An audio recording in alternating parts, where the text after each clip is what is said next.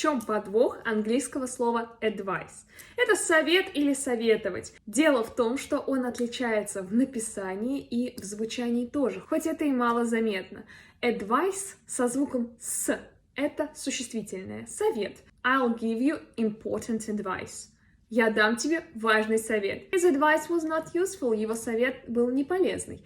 А вот слово advise со звуком «з», advice, это советовать, глагол. I'll advise you to go there. Я посоветую тебе пойти туда. He advised me to listen to her. Он посоветовал мне слушать ее. Да, произносить сложно, и, скорее всего, вы даже не услышите разницу в произношении, особенно когда вы говорите с иностранцем, и вам вообще главное понять смысл. Тем не менее, обратите внимание, пишется и слышится по-разному. Advice со звуком «с» — это существительное и пишется именно так, а advise со звуком «з» — это глагол «советовать» и пишется advise. Надеюсь, было полезно. Не забудьте подписаться.